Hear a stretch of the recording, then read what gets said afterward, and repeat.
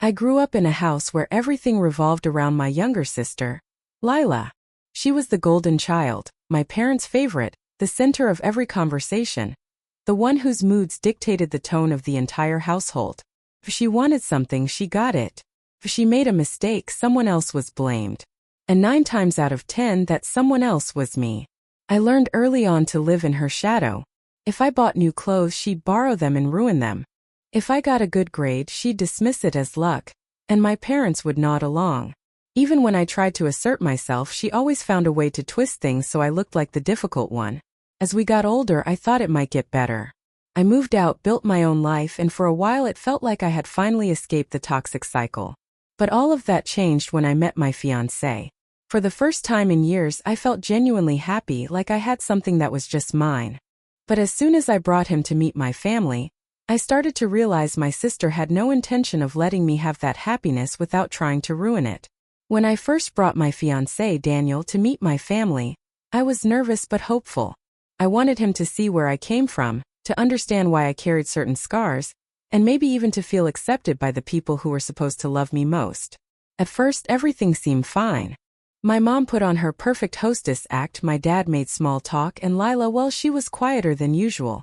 She didn't make any snide remarks, didn't interrupt me when I spoke. If anything, she was watching, really watching. Her eyes lingered on Daniel longer than they should have, and every time he laughed or smiled, she tilted her head like she was trying to decode him. I brushed it off at first, thinking maybe she was just curious. But then she started slipping into the conversation with little digs at me. Oh, you don't know how messy my sister really is yet. Or, she always exaggerates her accomplishments, you'll get used to it. She said it with that sweet, innocent tone she always used, the one that made my parents chuckle and shake their heads as if she was just being playful. Daniel didn't laugh. I noticed he frowned every time she said something like that. But he kept his cool, trying not to make things awkward. Still, I could see the tension building. Lila was playing her usual game, subtle enough to fly under my parents' radar, but sharp enough to dig into me. And I had no idea that this was only the beginning. It all came to a head during dinner. The table was set beautifully. My mom had clearly spent hours preparing everything, placing each plate and utensil just so, as if this were a scene from a magazine. Everyone was seated, and at first, the conversation was small and polite, though I could feel the tension simmering just beneath the surface. I tried to relax, telling myself that maybe just this once Lila would behave. But deep down I knew better. Then it happened. Lila leaned forward, her elbows resting on the table, and fixed Daniel with a look that made my stomach twist into knots. That smile she wore wasn't a smile at all. It was calculating, predatory even, the kind she always used when she wanted something. So Daniel, she said, her voice sweet but laced with something sharp. What do you even see in my sister? I mean, she's fine, I guess, but you could do better. The words hung in the air like a knife. Silence fell over the table. My dad let out an awkward chuckle, clearly unsure whether to intervene or pretend nothing had happened. My mom, as usual, shot me that familiar look, half warning, half judgment, like I was about to overreact, like I was the dramatic one who always caused problems. But Daniel didn't laugh. He didn't fumble. He set down his fork carefully, leaned back just enough to meet her gaze squarely, and spoke in a calm but firm voice. That's not a very kind thing to say, he said, his eyes never leaving hers. Your sister is the person I love. If you can't respect her, then you don't respect me either. Lila blinked, clearly thrown off. I could almost hear the gears turning in her head as she searched for a way to spin the situation to her advantage. But there was nothing. For the first time, she didn't have a snide remark ready, no clever quip, no subtle manipulation. She pouted, crossed her arms, and the expression shifted dramatically. Then she gasped, exaggerating her reaction, her voice trembling as if she were the injured party. Are you trying to flirt with me right in front of her? What is wrong with you? The room erupted. My mom immediately jumped to Lila's side, scolding Daniel for being inappropriate and questioning his intentions. My dad muttered something along the lines of, he must have misunderstood. Though his eyes darted nervously between us all, unsure how to contain the chaos. Meanwhile, Lila sat back, feigning vulnerability, her eyes shimmering with the kind of fake tears she had perfected over years of manipulation. She looked like an angel wronged, And yet every move was calculated. And me? I was frozen. My heart was racing, my hands clenched in my lap, my body trembling as I watched the scene unfold. Every instinct screamed at me that I wasn't imagining it.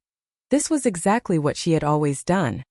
Twisting the truth, weaponizing innocence, and attempting to destroy my happiness before it even had a chance. In that moment I realized just how deep her manipulations went, and I felt a mix of rage, disbelief, and helplessness wash over me, leaving me utterly paralyzed as I faced the stark reality of who my sister really was. I couldn't even process what had just happened before my mom turned on Daniel. Her face twisted in shock and outrage as if he had committed a crime far worse than anything I could imagine. "How dare you?" she snapped, her voice sharp and trembling with anger, glaring at him like he had personally attacked her family. "She's your fiancé's sister. How could you be so disrespectful? Do you have any idea what you just did?" Daniel's jaw tightened, his entire body stiffening, but he didn't back down. He looked her squarely in the eyes and said, calmly but firmly, "I didn't disrespect her. I told her to stop belittling the woman I love. That's all. Nothing more, nothing less." Of course, his words meant nothing to them. My parents had already made up their minds long before Daniel spoke. My dad muttered something about Daniel needing to apologize, while my mom fussed over Lila, rubbing her back like she was a delicate child who had been wronged in some unimaginable way. I could feel the weight of their judgment pressing down on me, that familiar oppressive force I had felt my entire life. And Lila, God, she was smirking. Not a full, obvious smirk, but just enough for me to see it. That tiny curl of her lips, that subtle glint in her eyes, told me she felt victorious, like she had orchestrated this chaos perfectly. She had manipulated the situation exactly as she wanted. Daniel on the defensive, me looking like the overreacting sister, and my parents falling right into her trap. The room descended into chaos. Voices overlapped, accusations flew, and every word seemed sharper, heavier than the one before. My parents demanded an apology, Daniel stood his ground with unwavering calm, and Lila acted like she was about to cry, that fragile angel act she had perfected over years. I felt completely removed from it all, as if I were watching someone else's life play out in slow motion. For decades I had been painted as the jealous, difficult sister, and even now, with Daniel defending me and calling out her manipulation, they still chose her side. I could feel anger, disbelief, and exhaustion collide in my chest, a knot that made it hard to breathe. But as I glanced at Daniel, I saw his eyes lock onto mine, searching, waiting, asking silently if I believed him. And in that moment, something shifted inside me. I realized I had a choice. Sit there in silence like I always had, swallow my frustration and let them dismiss me again, or finally speak my truth. My voice was trembling, but my mind was certain, and I knew exactly what I had to say. Daniel looked at me, and for a split second I saw the fear in his eyes, not the fear of doubting himself, but the fear that I might doubt him, that I might fall for the same manipulations my family had perfected over years. I could almost feel the weight of generations of favoritism and lies pressing down on us from every corner of the dining room. For a moment the chaos around us seemed to blur, and all I could see was Daniel, his expression a mixture of worry and hope, silently asking me to choose trust over fear. I reached for his hand under the table, feeling the warmth and steadiness of him anchoring me. "I believe you," I said firmly, my voice cutting through the tension like a knife. The words felt heavy but liberating, like I was finally stepping out of a shadow that had followed me my entire life. The room went dead silent. My mom's mouth fell open as if she had just witnessed an impossible betrayal. My dad's frown deepened, his eyes darting between us, trying to process the scene but failing to assert control. Lila froze, her wide eyes locked on me in shock, disbelief, and confusion. She had rehearsed this moment in her mind 100 times, yet for the first time, I wasn't playing the role she had so meticulously written for me. I was no longer the gullible, weak sister who could be manipulated at will. My mom was the first to recover, her voice trembling but sharp. "Sweetheart, you don't understand. Men lie about these things all the time." "No," I interrupted, my tone firm, almost trembling with suppressed emotion. "You don't understand. I grew up with Lila. I know how she works. Daniel doesn't have to convince me. I already know." Lila's face twisted, her carefully constructed mask cracking. Her voice dripped with fake outrage and disbelief. Wow. So you'd rather believe some guy you've known for, 2 years over your own sister? That's pathetic. But I wasn't backing down. I squeezed Daniel's hand tighter, feeling the shared strength between us, and said, I'd rather believe the man who's never once betrayed me than the sister who's made a hobby out of tearing me down. The words hung in the air like a bomb, heavy and undeniable. And then it happened.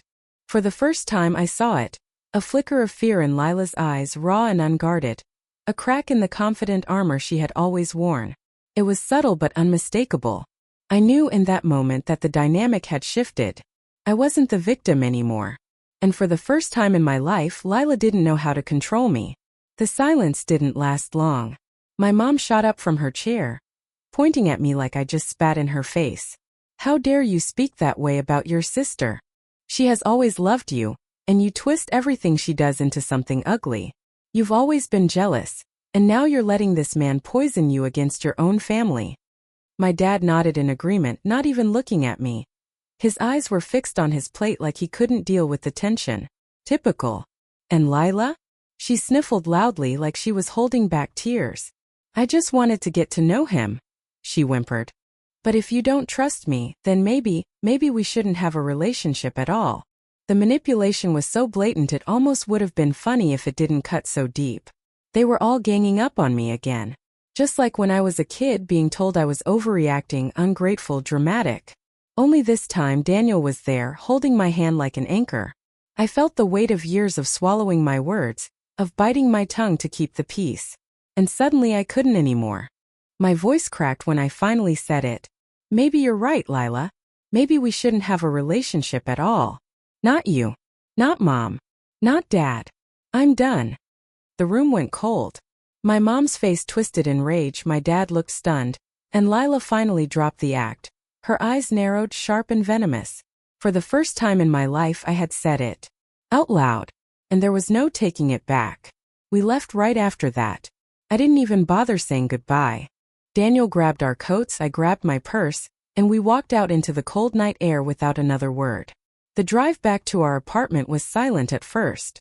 My hands were shaking, my chest tight, but I didn't cry. I just stared out the window, replaying the dinner like a nightmare I couldn't wake from. Finally, Daniel broke the silence. I'm sorry, he said softly. I never wanted to come between you and your family. That's when I snapped out of my daze. No, I told him. You didn't come between us. They did. Lila did. They've been doing it my whole life. Tonight was just the first time I didn't let them. He reached over and rested his hand on my knee, steady and warm. I'm proud of you, he whispered. And that was when the tears finally came, not out of weakness but out of release. Years of being dismissed, years of being second place, years of swallowing my anger. For the first time I wasn't alone in it. When we got home I curled up in his arms, and he held me like the world outside didn't matter. But deep down I knew it wasn't over. My parents wouldn't let it go. Lila wouldn't let it go. And I wasn't going to sit back and let them keep controlling the narrative. That night, as I lay awake long after Daniel fell asleep, a thought took root in my mind. For once I wasn't going to be their victim. For once I was going to decide how the story ended. That was the first spark of the revenge I hadn't yet dared to imagine. The next morning my phone was already blowing up with messages. Missed calls from my mom, a couple from my dad, and a long string of texts from Lila that started off sweet. Please don't throw away our relationship over a misunderstanding, and quickly devolved into venom. You've always been jealous of me, and now you're just proving it. I didn't answer any of them. Neither did Daniel. He made me breakfast, kissed my forehead, and told me not to let them get in my head. But of course they did. They always had. By the third day, my mom left a voicemail saying I was breaking the family apart, that I owed them an apology for embarrassing them in front of Daniel, and that Lila was just trying to welcome him. The audacity made my blood boil. For weeks they kept at it, texts, calls, even emails. When I ignored them, they started reaching out to Daniel directly on social media, warning him about my temper, and how unstable I could be. He showed me everything, and it only solidified what I already knew. They weren't going to stop until they made me the villain. And that's when the idea of revenge stopped being just a flicker in my mind. I realized something important. My sister had spent her whole life relying on her image, the golden child, the sweet one, the victim. My parents had built that image up for her, and she wielded it like a weapon. But images can crack. And once they do, the truth spills out. I wasn't just going to defend myself this time. I was going to make sure Lila, and my parents by extension, finally faced the consequences of the lies they had been spinning for years. Revenge wasn't something I usually thought about. I'd spent my whole life avoiding conflict, swallowing my anger just to keep the peace. But this time felt different.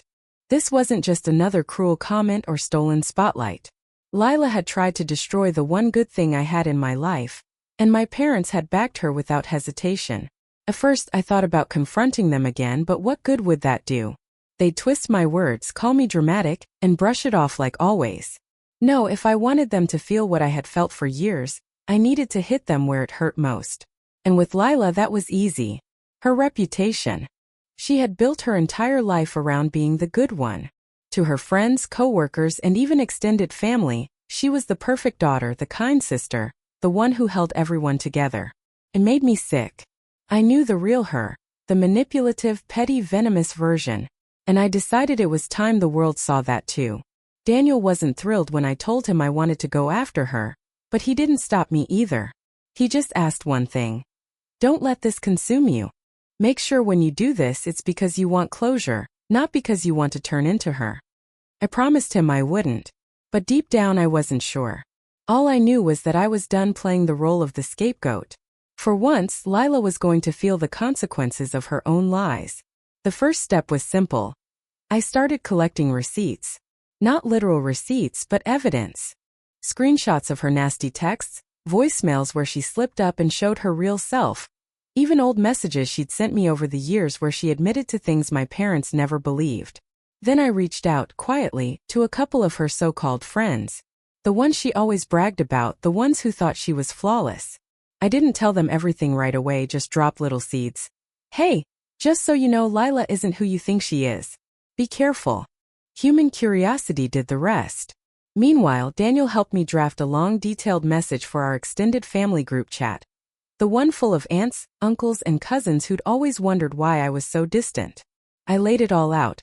How Lila had tried to sabotage my relationship, how my parents defended her, how this wasn't new but a lifelong pattern. And then I included the proof. Screenshots, quotes, recordings, all of it. I didn't hit send right away. My finger hovered over the button, my heart pounding so hard I thought I'd faint. Once I sent it, there would be no going back. My family would never look the same again. But then I thought of Daniel, of his face when Lila accused him, of how quickly my parents had turned on him, on me, and I pressed send. Within minutes, my phone started lighting up like fireworks. The chaos was instant. My extended family started replying, not with anger at me, but with shock and disbelief. Some had suspected things weren't as perfect as Lila made them out to be, but they didn't have proof until now. Lila's phone blew up. Her friends, the ones who'd always praised her, were questioning her. Why didn't you tell us? One asked. We thought you were honest, another texted. She tried to lie, tried to spin it, but the screenshots and recordings didn't lie. They spoke louder than her words ever could. My parents were next. Calls, texts, even messages on social media. They claimed I was exaggerating, that I was trying to ruin the family, that I was turning everyone against them. But the extended family had already seen the evidence. Some of them even messaged me privately, saying they'd long suspected Lila's manipulations, but didn't know how to confront it without proof. And Lila, she was crumbling. Her mask of the perfect, sweet little sister shattered in front of everyone. People who once adored her were stepping back, hesitant, skeptical. For the first time in her life, she wasn't in control. She was exposed. I won't lie, it felt exhilarating. Not because I enjoyed hurting her, but because the truth finally had weight. And for once, I wasn't the one left in the shadows. Of course, Lila and my parents didn't take it lying down.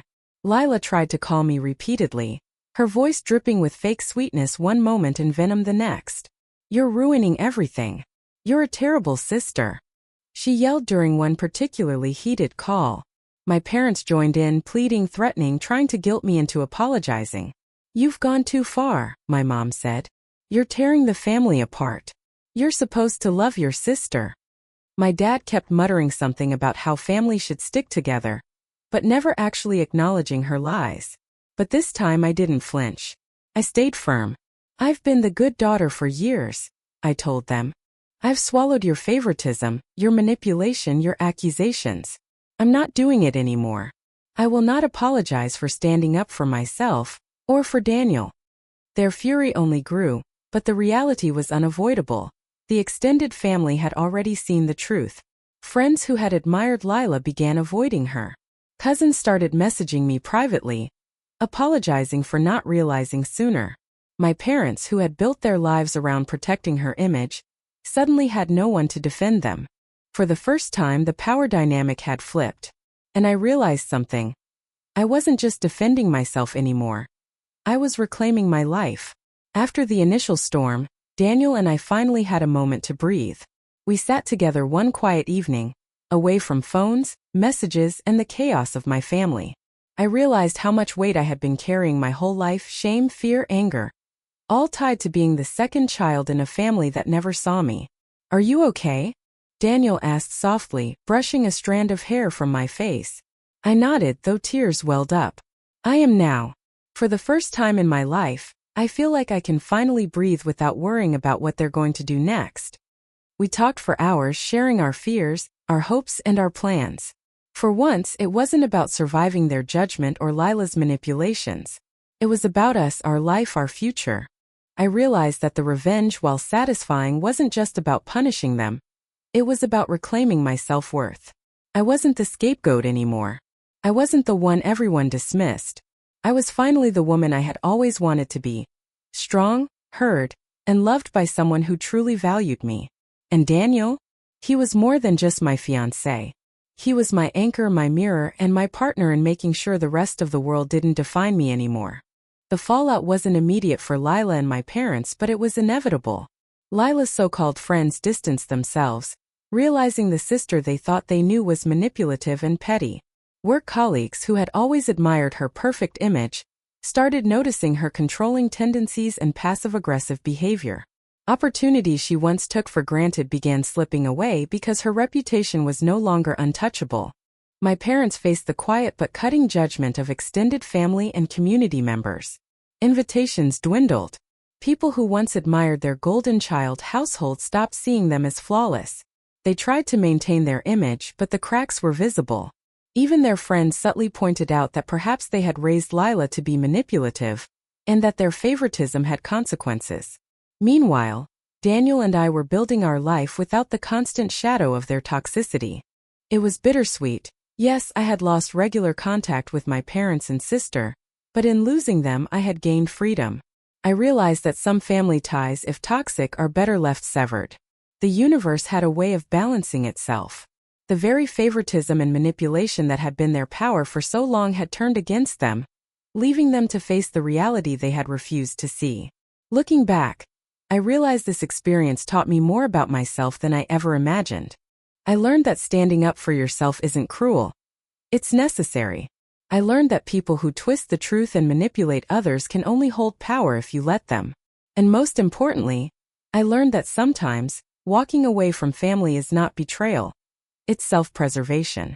Lila learned the hard way that being the golden child isn't a shield against consequences. My parents learned that favoritism and blind support can backfire, leaving relationships fractured and reputations tarnished.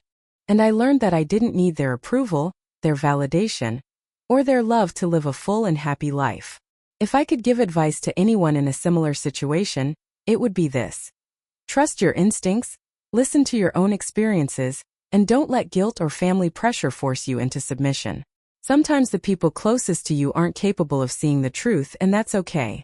Protect your heart, protect your happiness, and surround yourself with those who truly see your worth. I may have lost a family, but I gained peace, respect, and a future I get to shape with Daniel. And that, in the end, is more than I could have ever hoped for.